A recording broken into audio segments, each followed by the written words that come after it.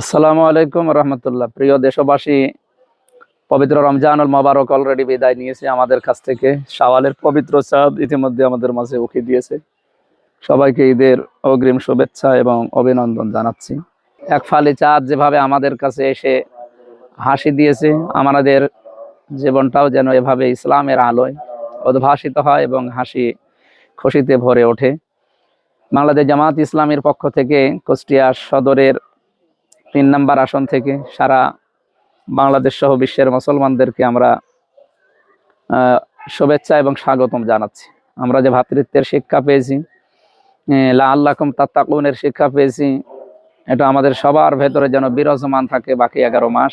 সেই প্রত্যাশা করে সবাইকে সবার সুখী এবং সমৃদ্ধশালী জীবন কামনা করে জুলাই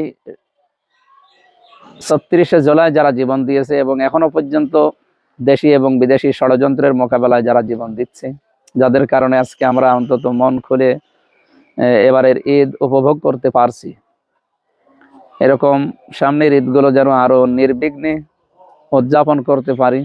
যারা ব্যবস্থা করে দিল এই সমস্ত জুলাই শহীদদের আত্মত্যাগ, আমরা আল্লাহর জন্য কবুলিয়াতের দোয়া করছি। এবং যারা অসুস্থ হয়ে আছে বিভিন্ন জায়গায়, এই জুলাই শহীদদের এবং জুলাই আহত যোদ্ধাদের জন্য সুস্থতা দোয়া কামনা করি। সবাইকে আবার শুভেচ্ছা জানিয়ে শেষ করছি। আমিন। আসসালামু আলাইকুম।